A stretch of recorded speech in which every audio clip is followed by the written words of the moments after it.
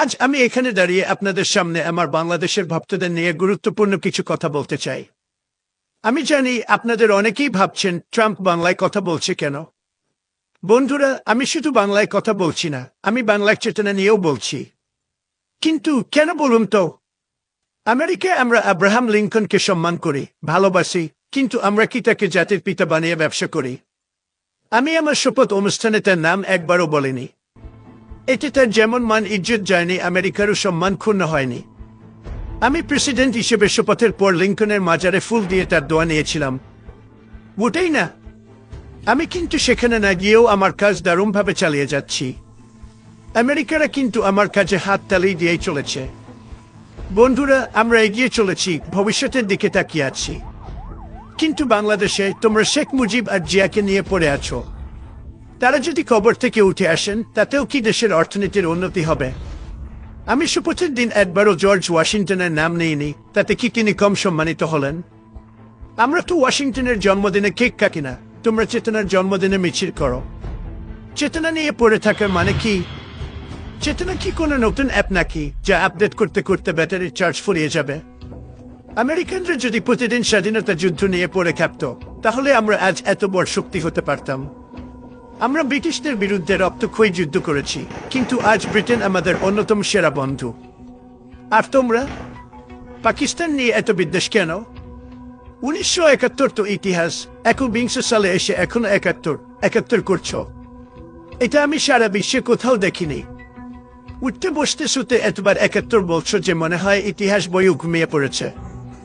শেখ মুজিব ও তার কন্যা হাসিনা এই চেতনার ইনজেকশন পুশ করে তোমাদের অচেতন করে নিয়ে দেশটাকে তলাবিহীন জুড়িতে পরিণত করেছে। সেই চেতনার ব্যবসা আবার ঘুরে দাঁড়াতে শুরু করেছে আরেকটি দলের হাত ধরে। আমার অনুরোধ, চেতনার ব্যবসাকে শেয়ার বাজারে ওপেন করে দাও। ইলন মাস্ককে সাথে নিয়ে আমিও কিছু চেতনার শেয়ার কিনতে চাই। এক পক্ষ বলে মুজিব না থাকলে দেশ শেষ, আরেক পক্ষ বলে বিএনপি না থাকলে গণতন্ত্র শেষ। এই ব্যবসা কতদিন চলবে? চেতনা কি সেরা হিট গান নাকি যে বারবার রিমিক্স হচ্ছে? আর বলো তো, আমরা কি কানাডাকে আমাদের সমুদ্রবন্দর ব্যবহারের অনুমতি দিয়েছি বিনামূল্যে? একদমই না। আর তোমরা কি করছো? চট্টগ্রাম আর মোংলা পোর্ট ভারতের হাতে তুলে দিয়ে বলছো আমরা 1/7 এর ঋণ শোধ করছি। বন্ধুরা, ব্যবসা ব্যবসার মতো করো, দান খরাতের মতো না। শেখ হাসিনা পালিয়ে গেলে চেতনার ব্যবসায় বিফল হয়ে ওই একই চেতনার ব্যবসা এখন যারা করতে চাচ্ছ, তাদের ভবিষ্যৎ কি হবে জান? বন্ধুরা, তাদের পরিণতি হবে ঠিক সেই শাসক নেপোলিয়নের মতো, শেষ পর্যন্ত নির্বাসনে জীবন কাটাতে হবে। কিন্তু পার্থক্য হলো, নেপোলিয়নের ছিল সামরিক প্রতিভা, আর চেতনার ব্যবসায়ীদের আছে শুধু ফাঁকা বলে। বন্ধুরা, চেতনা শুধু একটা লুটপাটের হাতিয়ার। চেতনা তোমাদের অচেতন করে সর্বশান্ত করার টুলস। তোমাদের নেতারা এই চেতনার মাধ্যমে বিদেশে হাজার হাজার কোটি টাকা পাচার করেছে, আর তোমরা বসে বসে তাদের আঙ্গুল চুষেছ।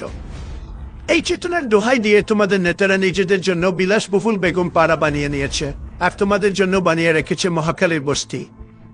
বন্ধুরা, তোমরা শুধু চেতনা নিয়ে ব্যস্ত, কিন্তু দেশ চলবে কিভাবে?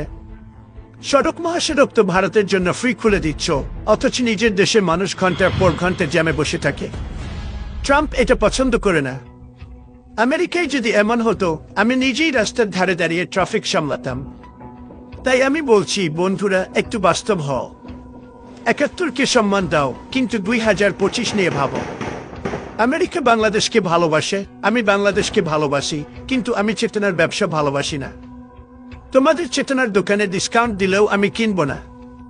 ধন্যবাদ।